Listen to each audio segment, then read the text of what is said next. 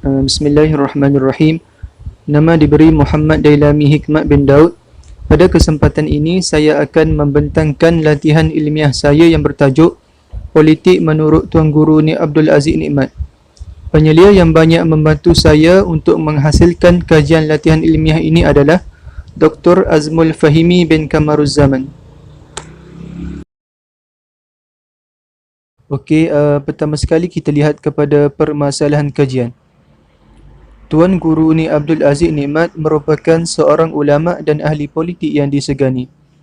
Sejarah telah membuktikan pada zaman sebelum merdeka, golongan agama hanya berpengaruh di sekitar istana serta masjid dan mempunyai hubungan yang rapat dengan masyarakat setempat.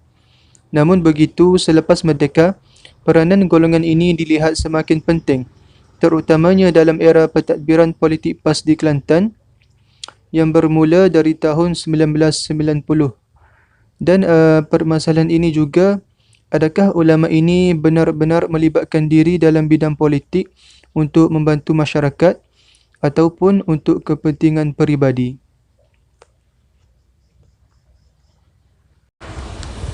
Okey, seterusnya kita lihat kepada objektif kajian. Objektif kajian yang pertama ialah mengkaji latar belakang Tuan Guru Ni Abdul Aziz Nikmat. Yang kedua, mengenal pasti definisi politik menurut Tuan Guru Ni Abdul Aziz Nikmat serta penglibatan beliau dalam politik. Yang ketiga, mengenal pasti ciri-ciri pemikiran Tuan Guru Ni Abdul Aziz Nikmat.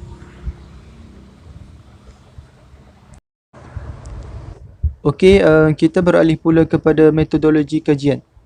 Saya menggunakan dua kaedah dalam penulisan latihan ilmiah ini.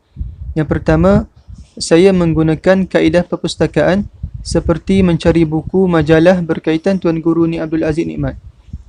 Yang kedua, saya menggunakan kaedah pencarian dalam internet seperti pencarian segala maklumat dalam laman sesawang Tun Sri Lanang UKM dan pelbagai lagi laman sesawang.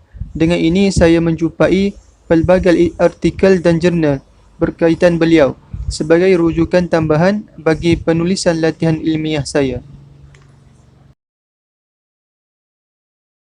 Kita telah sampai ke dapatan kajian. Di sini saya dapat menyimpulkan bahawa dapatan kajian yang saya rungkaikan dalam setiap bab adalah seperti berikut. Dalam bab 1, saya menghuraikan latar belakang dan salah silah Tuan Guru Ni Abdul Aziz bin Nikmat. Yang kedua, saya mengkaji latar belakang sosok ayahandanya, iaitu Tuan Guru Haji Nikmat. Yang ketiga, saya merungkaikan pendidikan Tuan Guru Ni Abdul Aziz Nikmat semasa kecil hingga beliau melanjutkan pengajian ke peringkat yang tinggi. Yang terakhir sekali, saya menceritakan kisah perkahwinan Tuan Guru Ni Abdul Aziz Nikmat. Okey, pada bab yang kedua pula, saya mengenal pasti definisi politik Tuan Guru Ni Abdul Aziz Nikmat. Contohnya, ia tidak menjadikan politik suku agama suku yang membawa maksud beliau tidak memisahkan agama Islam dalam politik serta pentadbirannya. Yang kedua, saya merungkaikan perjalanan penglibatan beliau dalam bidang politik. Yang ketiga, saya menceritakan kenangan pahit dan manis beliau semasa menjadi Menteri Besar. Contohnya, beliau berjaya merampas teraju kerajaan negeri Kelantan daripada Barisan Nasional pada pilihan raya umum 1990 hingga 2013. Dan pada tahun 2008, beliau dianugerahkan serta diiktiraf sebagai Menteri Besar yang paling bersih rekodnya di Malaysia. Dan beliau juga adalah Menteri Parti Pembangkang yang paling lama berkhidmat, iaitu selama 23 tahun. Seterusnya dalam bab 3, saya mengenal pasti ciri pemikiran Tuan Guru Ni Abdul Aziz Nikmat. Contohnya seperti pemikiran Tauhid. Beliau melebihkan Allah dan agama Islam yang satu dari segala hal perkara. Yang kedua pula, pemikiran beliau ialah pemikiran dakwah. Di samping menjadi Menteri Besar, beliau tidak lupa menyampaikan ilmu beserta dakwah di Dataran Ilmu Kota Baru pada setiap Jumaat yang bermula pada jam 8.30 pagi sehingga 10.30 pagi.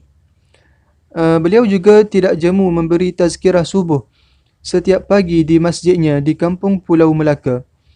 Usaha beliau ini sudah terang lagi kan bersuluh hanya berpandukan kepada satu visi, iaitu menarik manusia ke jalan Allah Subhanahu wa taala.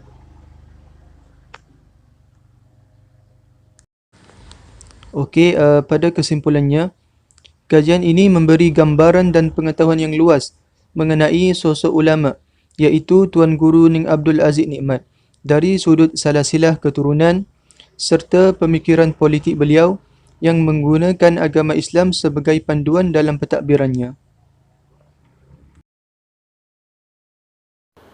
Sekian, terima kasih.